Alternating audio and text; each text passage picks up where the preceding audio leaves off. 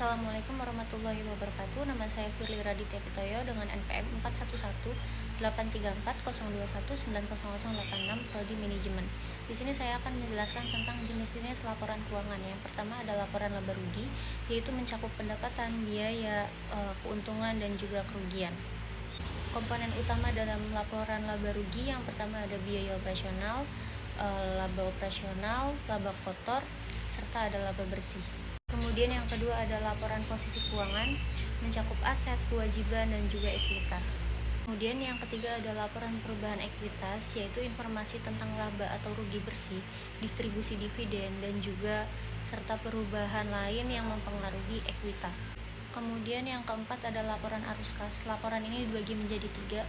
Ada arus kas dari aktivitas operasi, investasi, dan juga pendanaan. Kemudian yang kelima ada catatan atas laporan keuangan, yaitu informasi dan penjelasan yang mengenai tentang angka-angka dalam laporan utama. Kemudian saya akan menjelaskan tentang jenis-jenis rasio keuangan. Yang pertama ada rasio likuiditas, yaitu mengukur kemampuan perusahaan dalam memenuhi kewajiban jangka pendeknya. Rumusnya ada current ratio sama dengan aset lancar dibagi kewajiban lancar, ada quick ratio sama dengan aset lancar dikurang persediaan dibagi kewajiban lancar. Kemudian yang kedua ada rasio profitabilitas, yaitu untuk mengukur kemampuan perusahaan dalam menghasilkan laba terhadap penjualan, ekuitas, dan juga aset. Rumusnya ada gross profit margin sama dengan laba kotor dibagi penjualan bersih dikali 100%. Kemudian rumus yang kedua ada net profit margin, yaitu laba bersih dibagi penjualan bersih dikali 100%.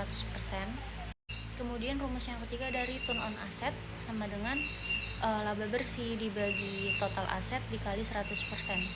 Kemudian ada yang keempat return on equity sama dengan laba bersih dibagi total equity dikali 100%. Kemudian yang ketiga ada rasio solvabilitas, yaitu mengukur kemampuan perusahaan dalam memenuhi jangka panjangnya. Kemudian yang ketiga ada rasio solvabilitas, yaitu mengukur kemampuan perusahaan dalam memenuhi jangka panjangnya. Rumusnya ada debt to equity, total utang dibagi total aset. Kemudian rumus yang kedua ada debt to asset ratio, yaitu total hutang dibagi total aset. Kemudian yang keempat ada rasio efisiensi atau aktivitas, yaitu untuk mengukur seberapa efisien perusahaan dalam mengelola kewajibannya. Kemudian rumus yang pertama ada asset turnover ratio sama dengan penjualan bersih dibagi total aset. Kemudian rumus yang kedua ada inventory turnover ratio sama dengan HPP dibagi rata-rata persediaan. Kemudian rumus yang terakhir ada receivable turnover ratio, penjualan kredit dibagi rata-rata piutang usaha. Kemudian yang kelima ada rasio pasar, yaitu untuk mengukur perusahaan dalam menilai kinerja pasarnya.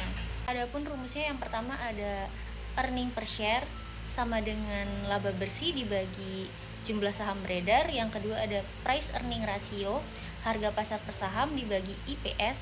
Yang ketiga ada price book value sama dengan harga pasar per saham dibagi nilai buku per saham. Sekian penjelasan dari saya, kurang lebihnya mohon maaf. Wassalamualaikum warahmatullahi wabarakatuh.